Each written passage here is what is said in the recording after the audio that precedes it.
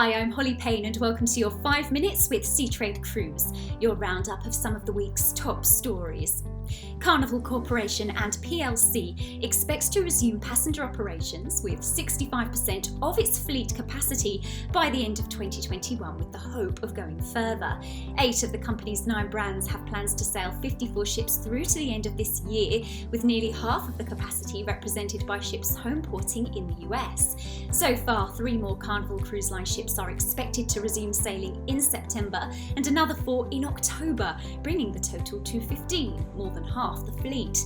Carnival's intent is to return to full fleet service this year. Further brand restart announcements are expected in coming weeks. Princess Cruises is set to resume operations this weekend with its first ship sailing from Seattle to Alaska. Holland America Line is also to restart this weekend with its first ship sailing Seattle to Alaska. Carnival will continue operating all its ships as vaccinated cruises through at least October, meaning at least 95% of travellers are vaccinated. An appeals court has granted the CDC's motion to keep the conditional sailing order in place. The US Court of Appeals for the 11th Circuit acted at the last minute, issuing its order on Saturday, the day before the CSO was set to become a non-binding consideration, recommendation, or guideline instead of a requirement. This day's District Court Judge Stephen Mereday's June 18th ruling favouring Florida's request for preliminary injunction to immediately end the CSO. Mereday had stayed his order until July 18th and gave the agency until July 2nd to propose more limited cruise regulations to the court.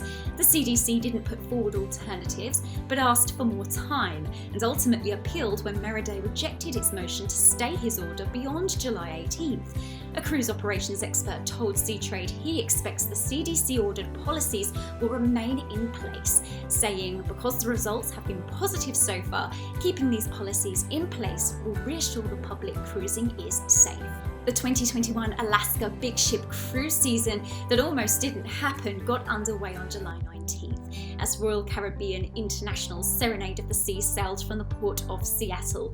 Port of Seattle Executive Director Steve Matruck said, "The return of passenger cruises to Alaska marks a major milestone in our effort to reopen the regional economy." He added the safety measures in place will begin restoring the economic benefit from cruise in Seattle, responsible for creating 5,500 jobs and nearly 900 million USD to the region. Canada is lifting its cruise ship ban effective November 1st. It means big ship cruising can resume in Canada in 2022, though it's possible some small ships may be able to operate late this year. Canadian ports will be open provided operators are able to fully comply with public health requirements and depending on the pandemic situation in communities ships will visit.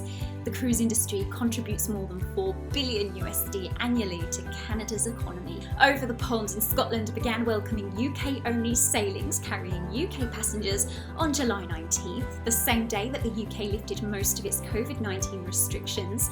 Noble Caledonia's Island Sky was the first to call since early last year, arriving in Shetland that day. On July 25th, Marella Explorer 2 will call at the port of Cromarty Firth, the first cruise ship to call there since 2019. Passengers and crew must produce a negative PCR test prior to embarking and consent to testing during the cruise. Shore excursion bubbles are in place and passengers will only be permitted ashore on organised ship excursions, subject to review by the Scottish Government at the end of the month.